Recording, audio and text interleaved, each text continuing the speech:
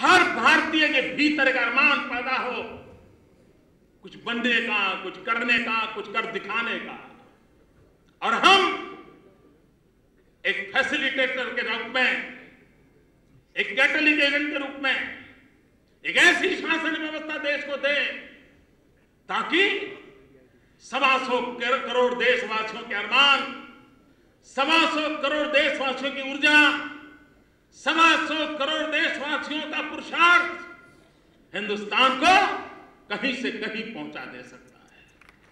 भाइयों बहनों, मेरा विश्वास है, मैंने गुजरात की गोल्डन जुबिली के ईयर पर मेरे गुजरात के नागरिकों की एक प्रार्थना की थी कि गुजरात की स्वर्णिम जयंती है, आप सिर्फ समाज हित के लिए, देश हित के लिए एक कदम आगे आइए।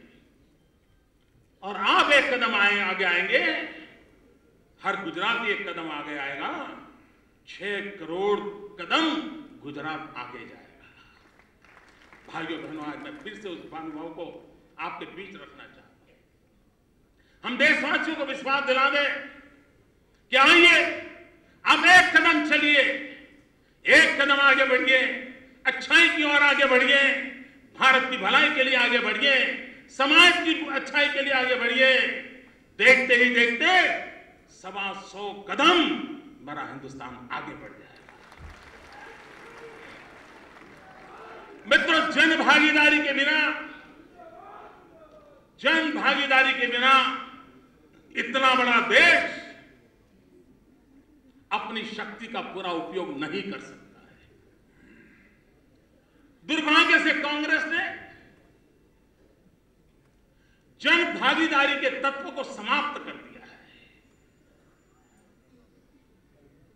उनको तो लगता है कि विदेश से 2-4 ताकतें आ जाएं तो उनका काम चल जाएगा, अखबार की सुर्खियों में तो जगह मिल जाएगी, लेकिन हिंदुस्तान की धरती पर जगह नहीं मिलेगी। और इसलिए भाइयों बहनों, हम पूरे देश के कार्यकर्ताओं को विश्वास दें कि भारतीय जनता पार्टी की जितनी सरकारें हैं, उन सब सरकारों की एक विशेषता है, सारी सरकारें जन भागीदारी से चलती हैं और सारी सरकारें विकास को जन आंदोलन बनकर के चल रही है। ये बेटी बचाओ अभियान सरकार के सर्कुलर से नहीं चलते हैं। शिवराज जी, रमन सिंह जी, मनोहर जी, सबने मिलकर के नेतृत्व किया और समाज में विश्वास पैदा किया, और बेटी बचाने के क्षेत्र में आज किसी भी सरकार से भारतीय जनता पार्टी की सरकारों ने अच्छा प्रदर्शन किया है। मित्रों, इतने बड़े देश को जोड़ना होगा। लाल बहादुर शास्त्री ने किसानों को जोड़ा, देखते ही देखते देश बदल गया। हम जनता पे भरोसा करें, हम आम आदमी पर विश्वास करें। मित्रों, दुर्भाग्य से इन दिनों आर्थिक सुधार के नाम पर बातें चल रही है, इकोनॉमिक रिफॉर्म्स। मैं अर्थशास्त्रियों को आह्वान करता हूं, विश्व की कोई भी, क्या भारत सरकार जिन कदमों को ले रही है वो आर्थिक सुधार के व्याख्या की मर्यादा में भी आते हैं क्या? आपकी डिलीवरी सिस्टम ठीक करते हो, जो कि आपकी गलतियों का परिणाम है, आपके कुशासन का नमूना है, उसको अगर आप ठीक करने जाते हो और आप उसको रिफॉर्म कह रहे हो, ये रिफॉर्म होते हैं क्या? रिफॉर्म आने वाले 20-50 साल तक असर पैदा करने वाली नीतियों से जुड़े हुए होते हैं, वो कहीं नजर नहीं आते हैं। और लास्ट माइल डिलीवरी की इसकी चिंता है।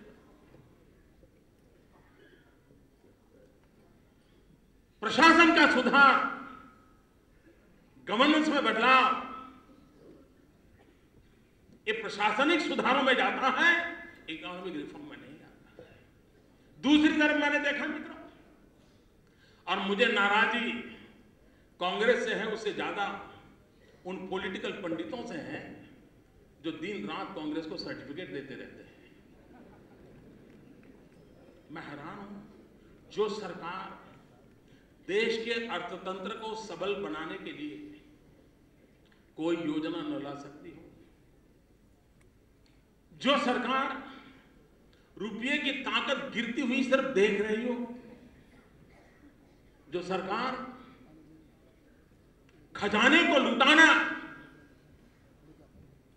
डोल डिस्ट्रीब्यूशन, लोग लुभावनी बातें, इसको अगर कोई आर्थिक कार्यक्रम कहेगा तो मित्रों वो राज्य, वो देश कभी भी आर्थिक ताकतवर नहीं बन सकता है।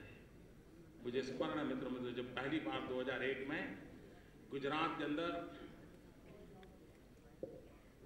जिम्मेवारी संभाली, मेरी सरकार में 6,700 करोड़ रुपया रेवेन्यू डेफिसिट थी। 6,700 करोड़, आज 400 करोड़ सरप्लस वाली मेरी सरकार है। मित्रों, जब हमने कार्यभार संभाला, हमारे देश में जितने भी पीएसयूज होते हैं उसका जन्म ही मृत्यु के लिए होता है। पीएसयू जन्म लेता है, कभी अपने बलबूते पर वो सांस भी नहीं ले पा रहा है, और ऐसे पीएसयू चल रहा है। उन पीएसयूज को ठीक करने के लिए उनके पास कोई मॉडल नहीं है। या तो उसका प्राइवेटाइजेशन करो या तो उसको बंद करो। मित्रों, गुजरात ने एक तीसरा मॉडल दिया कि हमारे पीएसयूज को corporate culture, professionalism, technology upgradation, उन सारे पहलुओं से आगे बढ़ाया जाए। मित्रों, हिंदुस्तान की सभी इलेक्ट्रिसिटी कंपनियां जो राज्यों की हैं हजारों करोड़ के घाटे में है। गुजरात इलेक्ट्रिसिटी कंपनी 2001-2 में प्रति वर्ष 2,500 करोड़ रुपए का घाटा करती थी। भाइयों बहनों, आज पूरा देश ऊर्जा के संकट से जूझ रहा है। हमने एक नया पैसा बिजली का दाम नहीं बढ़ाया था 12 साल में, एक नया पैसा नहीं। पहले शाम को खाना खाते समय बिजली नहीं मिलती थी, आज 24 घंटे बिजली मिल रही है। जितनी चाहिए, जब चाहिए, जहां चाहिए मिल सकती है। और उसके बावजूद भी पर ईयर 2,500 करोड़ का घाटा करने वाली हमारी इलेक्ट्रिसिटी कंपनी आज 700 करोड़ का प्रॉफिट करती है। क्यों? लीकेज बंद कर दिया।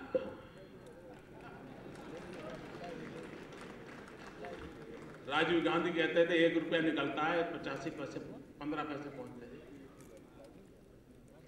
85 पैसे डूल हो जाते थे।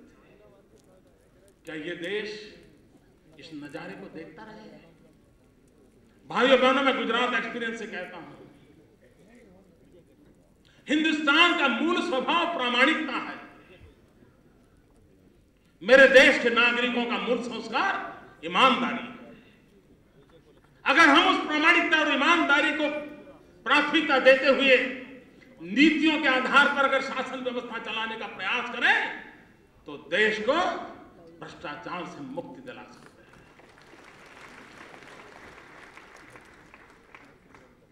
इतनी सारी सरकारें हैं मित्रों, किसी पर कोई आरोप नहीं लगा है। ये छोटी बात नहीं है मित्रों। इतना ही नहीं भाइयों, नक्सलिज्म, टिकना, फलाना, देश तबाही की ओर बढ़ रहा है, आतंकवाद वगैरह।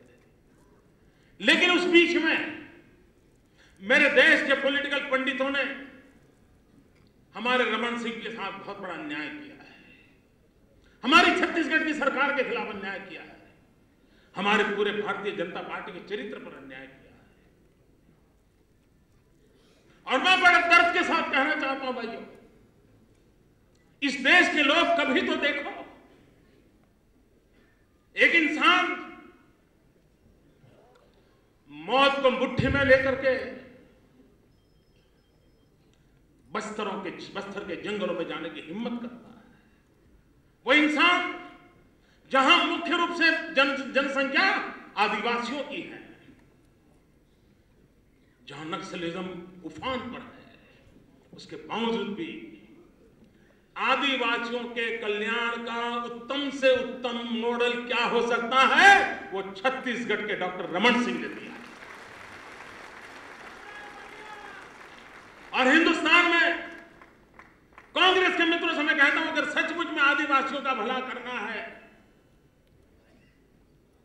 यह हमारे समाज के पिछड़े लोगों का भला करना है, उनको नक्सलवाद की जातियों की ओर जाने वाले पिछड़े इलाकों को रोकना है, बचाना है, रमन सिंह जी ने एक मॉडल पेश किया है। लेकिन चूंकि वो भारतीय जनता पार्टी का मॉडल है, चूंकि वो डॉक्टर रमन सिंह का मॉडल है, इसकी बात किसी के तक पहुंचाना नहीं और नक्सलवाद फैले तो फैलने देना, नौजवान बेमौत मरे तो मरने देना, कब तक ये खेल चलेगा? भाइयों बहनों, हर जिंदगी की अपनी एक कीमत होती है, हर जिंदगी के अपने सपने होते हैं, हर मां बाप परिवार का वो भरोसा होता है, कितनों को मरने देंगे? मित्रों, समय की मांग है, समय की मांग है कि सरकार के अंदर भी कोई दम है, कम से कम ये तो दिखाएं। लोग निराश हो जाते हैं और इसलिए दिल्ली सरकार ने निराशा का माहौल बना, उसका कारण यही है मित्रों। भाइयों बहनों, भारतीय जनता पार्टी और कांग्रेस, उसकी भी तुलना करने का अब समय आ गया है।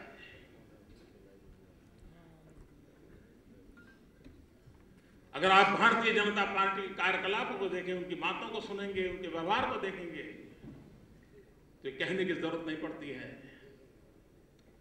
कि BJP is with A mission. और जब कांग्रेस के कार्यकलापों की बात करते हैं, देखते हैं, तो तुरंत पता चलता है कांग्रेस इज फॉर कमीशन। मित्रों, देश के सामने मिशन और कमीशन के बीच का झगड़ा होने वाला है और देश कमीशन से मुक्ति चाहता है। और मैं मानता हूं मित्रों, इस पूरे देश में फैलाइए, ये कमीशन पार्टी है, उसका नाम ही कमीशन पार्टी है। हेलीकॉप्टर में भी, 2G में भी, हर चीज में कमीशन, 1%, 2%, 5%, चाचा का इतना, मामा का इतना, साले का इतना, साली का इतना, भाई का इतना, भतीजे का इतना, यही चल रहा है।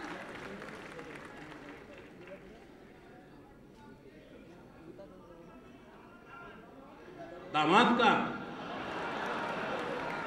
मैं गृहस्थी नहीं होने के कारण ये रिश्तों वालों में बड़ा गड़बड़ हो जाता है।